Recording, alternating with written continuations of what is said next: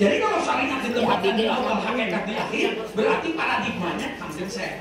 Berarti syariat, tarekat, ma'rifat, hakikat. Itu kamjengse. Lihat Sirul Asrar. Hanya orang tidak akan sampai ke hakikat, Pak. Kalau tidak ada jalan dan caranya. Cara itulah yang disebut dengan metode, langkah, SOP, bahasa Arabnya disebut dengan thoriqah. Jadi thoriqah itu metode atau cara. Jangan main-main dengan cara. Cara itulah yang mahal, Pak. Selama ini kita hanya menerima barang jadi. Contohnya naon, bala-bala. Beda nih kicep gorengan mukul. Kalau kicep gorengan mah kieu dalam batin kolesterol. Oh.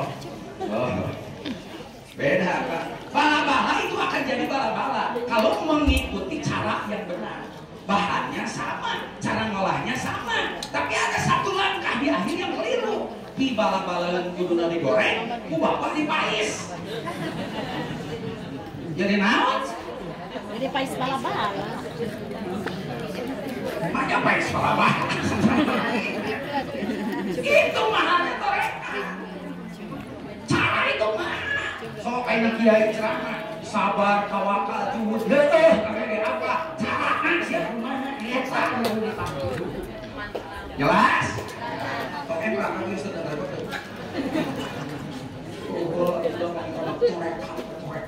Paling ada pertanyaan. Ini masih ada di kalangan kita. Dengan apa bedanya tasawuf dan tarekat? Tasawuf itu adalah nama untuk sebuah disiplin ilmu yang dirumuskan kemudian kira-kira abad kedua Hijriah. Tapi perilaku tasawuf itulah yang melekat dalam pribadi dan sariring-riring dumah disarekat seperti pola Rasulullah. Itulah akhlak Rasul. Zuhud, warok, tawakal, sabar, itu anak Rasulullah. Sudah ada, ngancani anak itu.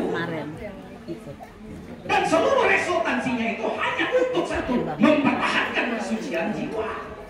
Hanya setelah kesininya, yang mempertahankan kesucian jiwa itu ternyata ahli sufi. Karena yang suci itu dari kata sofa. Sofa itu artinya suci. Maka sofa harus dibersihkan. Lain sofa meta dari kata sofiun artinya suci, yang menyucikan diri. Maka kesininya diberi nama tasawuf. Orang-orangnya disebut sufi. Pada waktu itu sudah mulai orang-orang yang merumuskan itu. Perilaku Nabi Nuh itu disebut tasawuf. Ini diakur-akur yang agama manusia nyata. Ini di agama manusia nyata ayatnya dikituan teh. Ini dia ayat boa. Tasawuf teh dicokot di si eta gitu, Pak. Tarajo we saha penjajah marana si Senu. Senu burgeronya lakadalah jadi Senu. Nah ini Islam itu ketika substansi tasawuf dilaksanakan yang belum ada namanya, kekuatan Islam itu luar biasa. Diserang tidak bisa, mau kalah dimenangkan oleh Allah. Itu kan kalah perilaku Rasulullah karena sujud dan makhluk kepada Allah. Sehingga pertolongan Allah selalu datang. Itu kekuatan Islam. Sehingga penjajah itu sulit untuk menghancurkan Islam di mana-mana, apalagi zaman Khalifah Umar. Nanti saya cerita tentang kekhalifahan. Karena kekhalifahan itu sekarang apa yang disebut dengan istilah opat kali pancar. Opat sahabatnya pancaran hiji Rasulullah. Ada rahasianya di sini nanti. Insya Allah kayak lo kayu.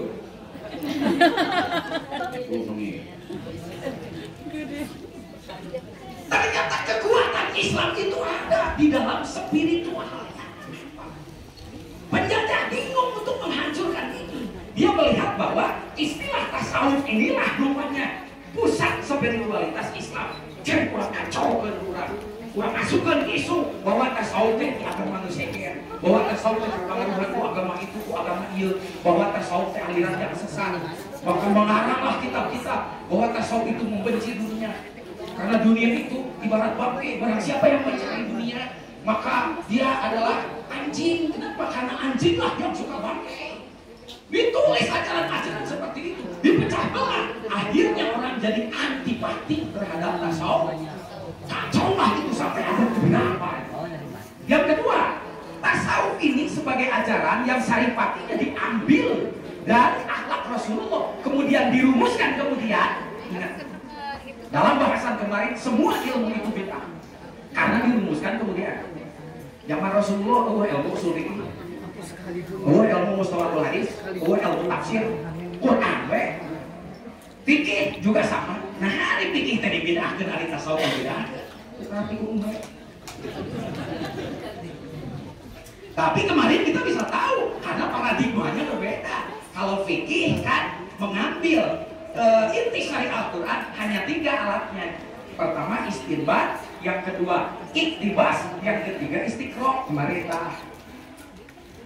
kalau tasawuf 4: istinbat, iktibas, istiqra, al-jam'u baina uquli sofiyah wa nufusi zakiyah. Eta metode anu luar biasa. Sehingga dengan metode yang keempat ini, Al-Quran yang maknanya itu ada 7 lapis rahasia makna.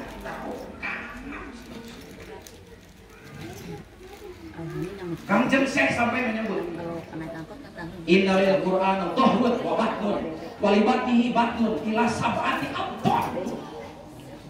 Kata Tuan Syekh, Al-Quran itu maknanya dalam sampai ada 7 lapis. Yang berlapis-lapis inilah, kata Rasulullah, kalau aku ungkapkan makna rahasia ini, niscaya aku akan dikejar-kejar untuk membunuhnya. Makna apa itu? Itulah makna kita. Ngan hadis eta torojo ke ahli qiraat. Jadi sab'atu abton bukan 7 lapis makna kayak Quran, tapi tadinya 7 qiraah. Salah. Orang mah bodoh-bodoh aja. Jelas? Jelas. Nah, makna-makna batin ini yang disaut oleh maha guru kita. Sehingga ketika makna Al-Quran itu dibuka makna batinnya, manoban lagi jelema. Saya sudah ngaji ke Sinarasa, begitu ke hati seperti Sinarasa. Lain ke hati, belum bukan sama kanan. Maha guru itu bicaranya di dimensi mana? Itu. Karena ada dimensi syariat, ada dimensi hakikat. Nah, sholat. Dimensi syariat kan ada gerakan, tapi dimensi hakikatnya dari sholat. Sholat artinya kan apa maknanya gerakan di balik ini yang disebut takbiratul ihram? Takbiratul ihram itu takbir yang mengharamkan. Artinya secara syariat setelah takbir ini haram ada gerakan lain selain gerakan sholat, disebut takbiratul ihram.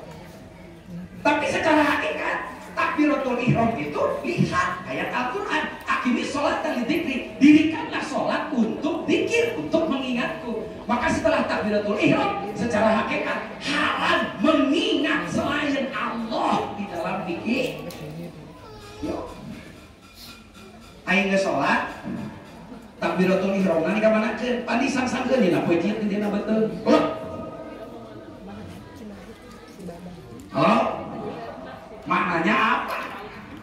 Saya mau nanya, Kang, kalau di tempat Akang ada mayit yang meninggal, setelah dikafankan, setelah dimandikan, tangannya digimanain?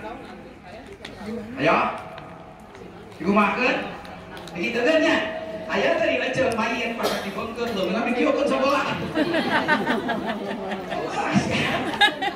Jadi ketika setelah takbiratul ihram, kita itu disuruh untuk mati. Itu yang disebut antal maut. Matikan pendengaranmu, matikan penglihatanmu, putus dengan urusan-urusan duniawi. Itu hakikat ketika kita dimautkan. Iya banget dimautkan gak cacat disebut gentayangan.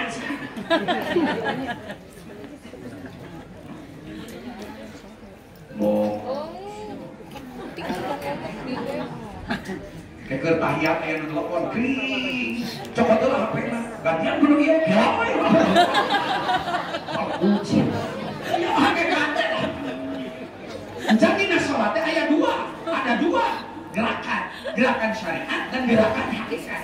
Gerakan syariat disebutnya adalah bahwa salat itu mengandung wujudul iktibar. Ada yang disebut dengan wujud malakuti dan wujud iktibari. Wah, hakikat sholat tak? Nah, itu wujud iktibari. Itu ada adeganana nu kudu saya pilih.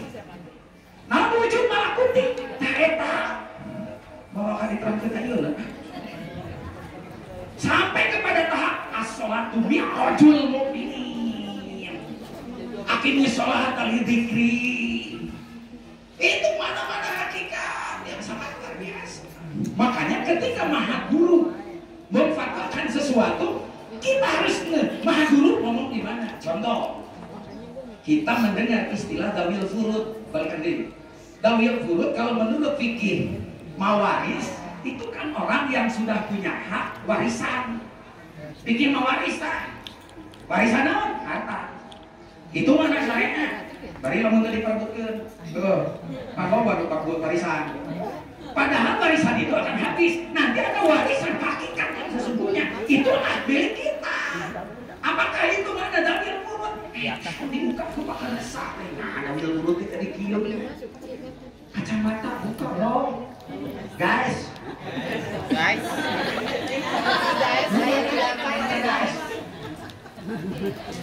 Pan ayat tukang mek ahli hakikat Pak, dia tahu bahwa orang itu melihat tergantung kacamata.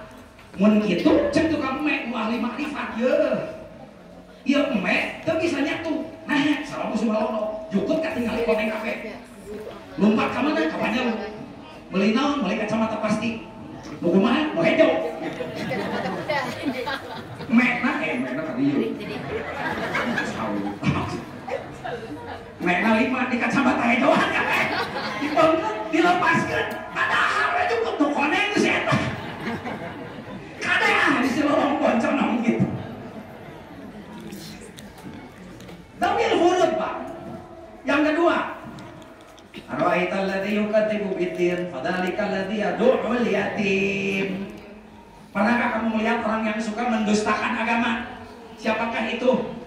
Fadzalikal ladzi yad'ul, itulah orang yang membiarkan anak yatim. Ai urang mah anak yatim teh teu boga bapak. Teuing teu puguh bapakna teh kumaha? Oh, teuing we sililin channel dagang kalapa di karungan tos kulit patokan jendol itu bapak harurungan teh. Selama ini yang kita tahu yang namanya yatim itu. Malu aku membuka satu lapisan mata. Eta geger. Orang yang yatim itu yang tidak punya bapak, bukan bapak biologis, bapak spiritual. Siapakah itu? Orang yang belum punya mursyid, yatim siapa dia?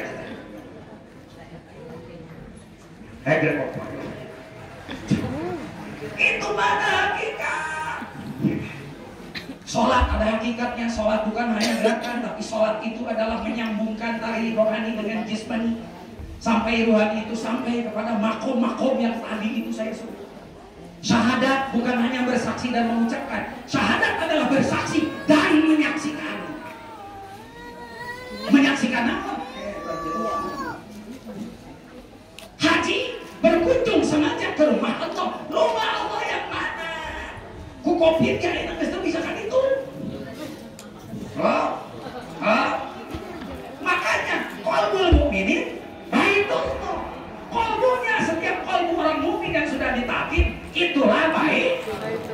Kalau nggak ada makna hakikat, Islam teu adil. Siap. Ka haji, sholat, kami tu umroh keun beunghar hungkul. Ayeuna robana nu miskin.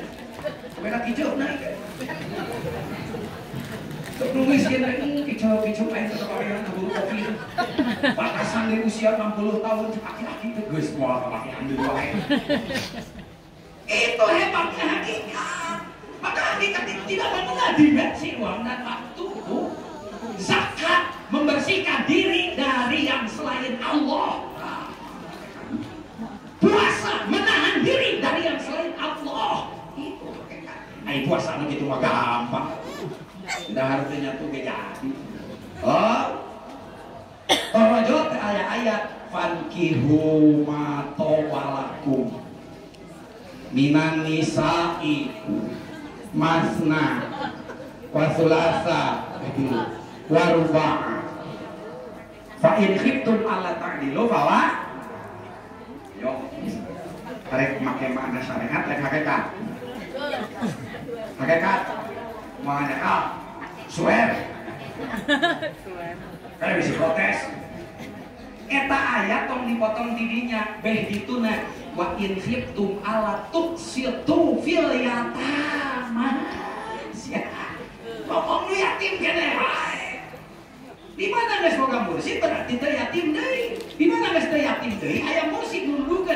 Islam teh aya 4 pintu. Syariat, tarekat, hakikat, marifat. Pek kawin kumaha sing jiga ka pamajikan begitu teh.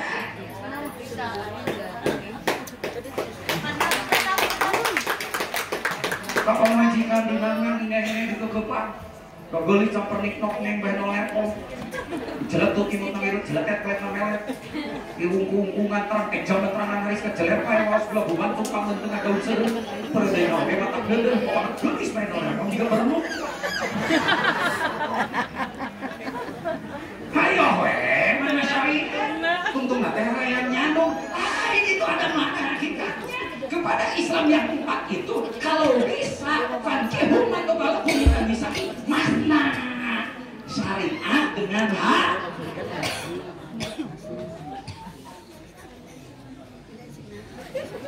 Tenang guys.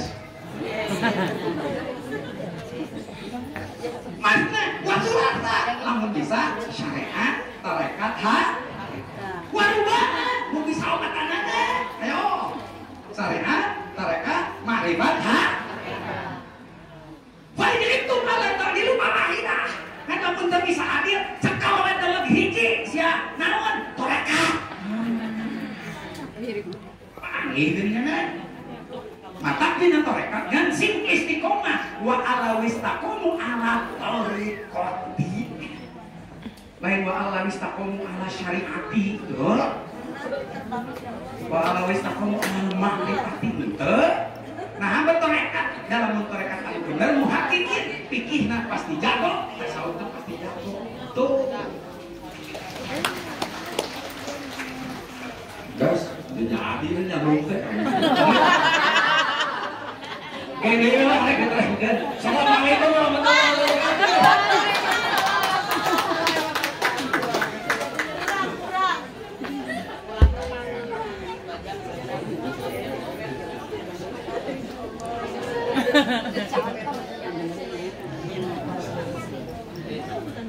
Assalamualaikum warahmatullahi wabarakatuh. Bismillahirrahmanirrahim. Alhamdulillahi wa kafa wassalatu wassalamu ala nabiyil mustafa wa ala alihi wa sahbihi ahli